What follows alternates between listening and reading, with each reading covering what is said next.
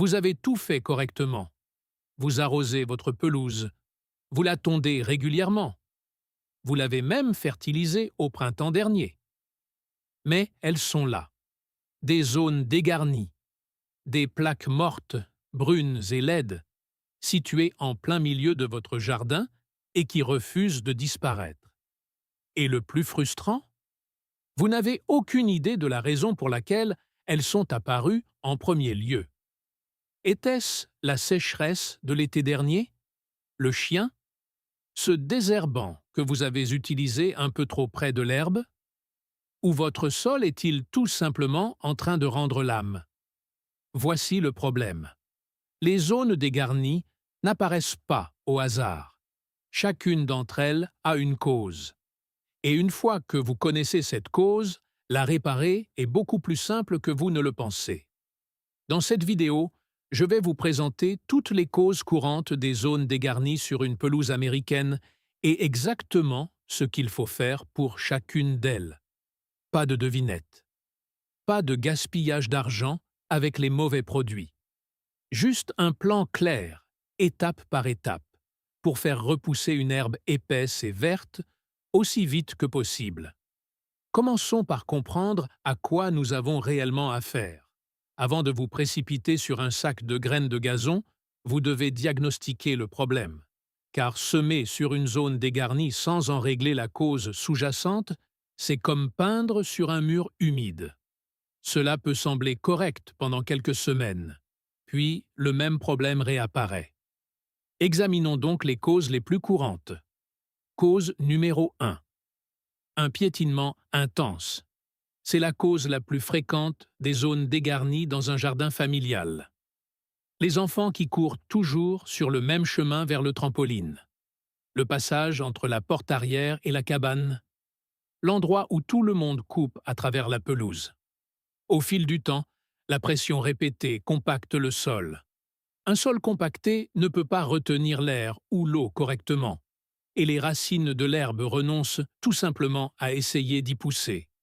L'herbe s'amincit, meurt, et laisse une zone dégarnie qu'aucune quantité d'arrosage ne pourra réparer. Car le problème n'est pas en surface. Il se trouve dans le sol en dessous. Cause numéro 2. L'urine de chien. Si vous avez un chien et que vos zones dégarnies sont à peu près circulaires avec un anneau légèrement plus vert à l'extérieur, c'est presque certainement votre réponse. L'urine de chien contient de fortes concentrations d'azote. En petite quantité, l'azote est bon pour l'herbe. Dans les quantités concentrées qu'un chien dépose au même endroit de façon répétée, il brûle l'herbe et la tue à partir des racines. L'anneau vert que vous voyez à l'extérieur, c'est là que l'azote s'est suffisamment dilué pour agir comme un engrais plutôt que comme un poison. C'est un signe très fiable. Cause numéro 3. Les maladies fongiques. Si vos zones dégarnies sont apparues soudainement, en particulier après une période de temps chaud et humide, et que l'herbe morte semble décolorée ou emmêlée plutôt que simplement usée, vous pourriez avoir affaire à une maladie fongique telle que le fil rouge ou la fusariose. Celles-ci se propagent rapidement et reviendront à moins que les conditions sous-jacentes ne soient traitées. Le simple fait de ressemer sans s'attaquer aux problèmes fongiques entraînera la réapparition des mêmes plaques en quelques semaines. Cause numéro 4. Les dommages chimiques. La dérive de désherbants, les déversements d'essence, l'engrais appliqué trop abondamment à un seul endroit.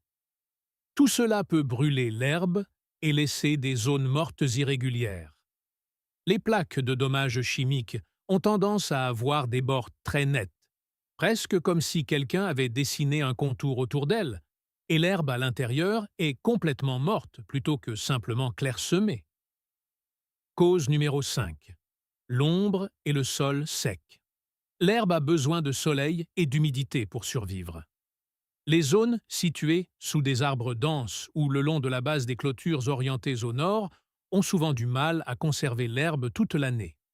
La combinaison de l'ombre, de la compétition racinaire des arbres voisins et du sol sec crée des conditions où même les variétés de gazon les plus résistantes ont du mal à s'établir. Maintenant que vous avez identifié votre cause, la tentation est de saisir un sac de graines de gazon et de vous mettre directement au travail. Résistez à cette tentation. La préparation est primordiale. Une zone dégarnie qui a été correctement préparée avant le semis se rétablira 2 à 3 fois plus vite qu'une zone qui ne l'a pas été. Étape 1. Dégagez la zone. Retirez toute herbe morte, débris, mousse ou mauvaise herbe de la plaque. Vous voulez un sol nu, pas une couche de matière morte posée dessus. Un râteau rigide ou une fourche à main fonctionne bien pour cela. Arrachez tout et jetez-le. Ne le laissez pas traîner sur la pelouse. Étape 2. Brisez la surface. Utilisez une fourche de jardin ou un cultivateur à main pour ameublir les 2 à 5 premiers centimètres de sol. C'est particulièrement important dans les zones compactées. Vous créez des poches d'air dans le sol, donnant aux nouvelles racines un endroit où pousser. Si le sol semble gris, sec et sans vie, incorporez une petite quantité de terre végétale ou de terreau spécifique pour pelouse, juste assez pour rafraîchir la couche superficielle. Étape 3. Nivelez la surface. Ratissez la zone jusqu'à ce qu'elle soit aussi plate et uniforme que possible. Vous voulez un bon contact entre les graines et le sol sur toute la plaque. Les bosses ou les creux signifient que certaines graines se dessécheront avant de germer, et vous obtiendrez un résultat inégal. Toutes les graines de gazon ne se valent pas, et utiliser le mauvais type est l'une des erreurs les plus courantes que font les gens. Pour la plupart des pelouses, recherchez un mélange de graines, étiqueté comme résistant ou à usage général. Ceux-ci contiennent généralement un mélange de raygrass et de fétuque. Des variétés qui s'établissent rapidement, supportent bien le piétinement et font face aux conditions météorologiques imprévisibles. Si votre plaque se trouve dans une zone ombragée, sous un arbre ou à côté d'un mur, choisissez un mélange de graines spécialement conçu pour l'ombre. Les mélanges de graines standards ont du mal à pousser par faible luminosité.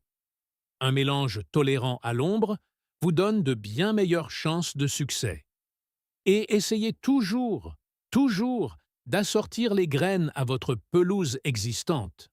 Un mélange de graines ornementales fines semées dans une pelouse grossière et résistante ressemblera à une rustine pendant des années. Prenez un moment pour évaluer le type d'herbe que vous avez déjà avant d'acheter.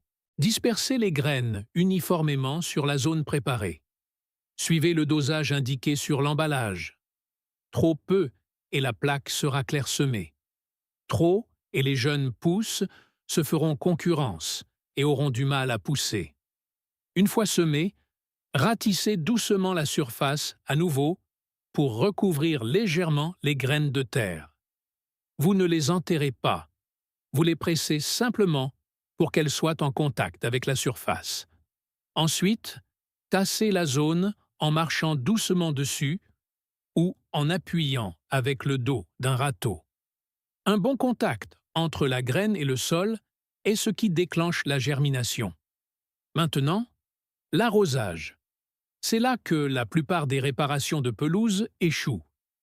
Les nouvelles graines de gazon ne doivent jamais se dessécher complètement.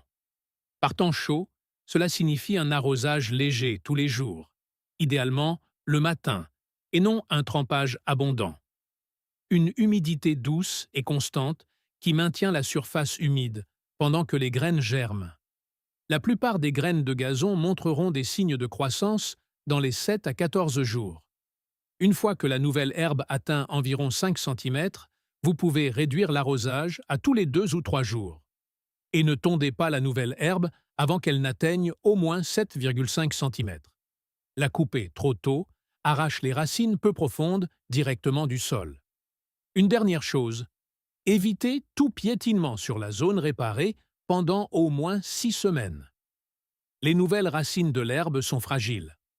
Même une légère pression au cours des premières semaines peut retarder considérablement le rétablissement. Quelques piquets et un bout de ficelle suffisent pour éloigner les personnes et les chiens de la zone pendant qu'elle s'établit.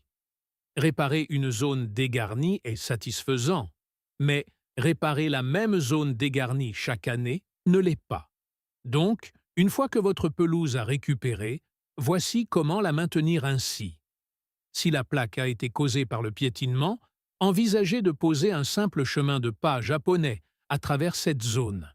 Cela détourne entièrement la pression de l'herbe, et c'est bien plus esthétique qu'une plaque usée. Si elle a été causée par un chien, diluez la zone immédiatement après que votre chien l'a utilisée en versant un arrosoir plein d'eau sur l'endroit. Cela dilue la concentration d'azote avant qu'elle n'ait la chance de brûler les racines. Fait de manière constante, cela fait une différence significative. Et pour la pelouse en général, nourrissez-la 2 fois par an, aérez-la chaque année et maintenez votre hauteur de tonte entre 7,5 et 10 cm. Une pelouse épaisse et saine est votre meilleure protection contre l'apparition de zones dégarnies en premier lieu. Donc, pour résumer, diagnostiquez avant d'agir. Préparez le sol correctement. Choisissez les bonnes graines pour votre pelouse et vos conditions. Arrosez régulièrement et ne marchez pas sur la zone jusqu'à ce qu'elle soit complètement établie. Les zones dégarnies ne sont pas un problème permanent. Elles peuvent être réparées si vous les abordez de la bonne manière. Si ce guide a changé votre façon de voir les taches brunes dans votre jardin, n'hésitez pas à vous abonner et à aimer la vidéo. Nous déterrons des secrets d'aménagement paysager que d'autres négligent souvent. Cultivez votre avenir verdoyant. Le prochain trésor de connaissances en jardinage sera bientôt dévoilé.